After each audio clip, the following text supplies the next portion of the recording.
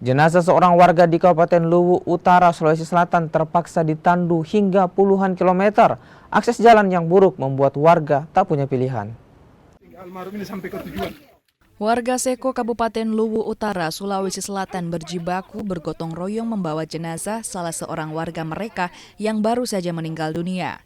Almarhum Matius Sedanan merupakan salah satu tokoh masyarakat setempat yang meninggal dunia usai jalani perawatan di RSUP Wadhidin Sudirohusodo, Makassar.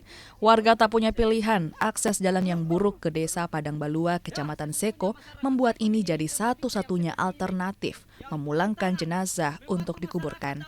Warga pun menandu jenazah sejauh 30 km dari Dusun Palandoang, Desa Embona Tanah, perkampungan terakhir yang bisa dilalui mobil ambulans. Ambulans ke Makassar, ke Palopo, Palopo sampai ke Seko, di daerah Dusun Palandoang, diusung dari Palandoang sampai ke rumah duka di Desa Padang Balua.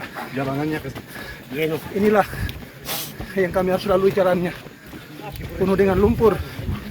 Kami sebagai Babinsa Ramil 08 Limong Kodim 1503 Palopo bersama masyarakat membantu.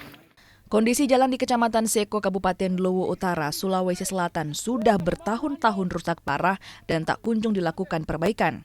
Warga pun berharap ada perhatian dari pemerintah agar jalan ke Kecamatan Seko bisa dibenahi. Amran Amir, Kompas TV, Luwu Utara, Sulawesi Selatan.